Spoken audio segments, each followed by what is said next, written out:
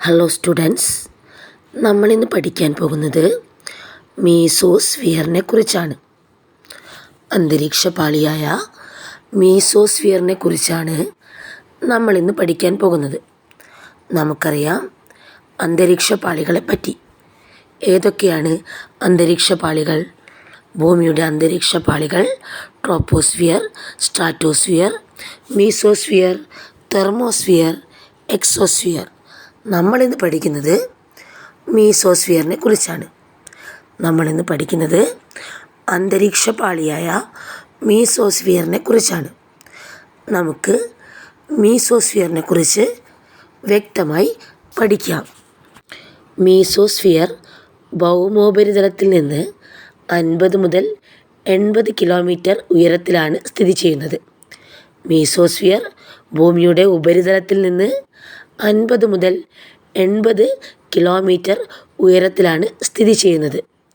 മീസോസ്ഫിയറിൽ ഉയരം കൂടുന്നതിനനുസരിച്ച് താപനില കുറയുന്നു. മീസോസ്ഫിയറിൽ ഉയരം കൂടുന്നതിനനുസരിച്ച് താപനില കുറഞ്ഞു വരുന്നു.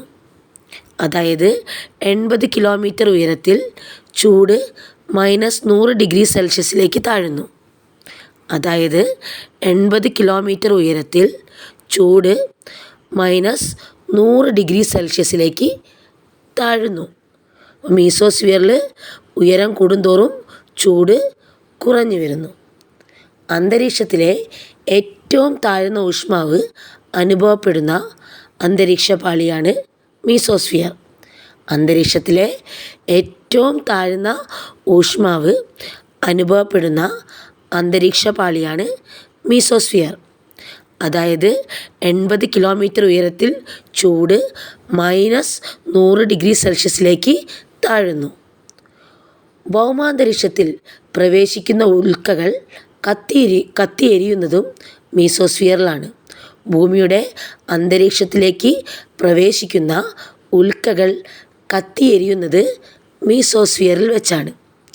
അതിനാൽ മീസോസ്ഫിയറിനെ ഉൽക്കാവർഷ പ്രദേശമെന്നും അറിയപ്പെടുന്നു.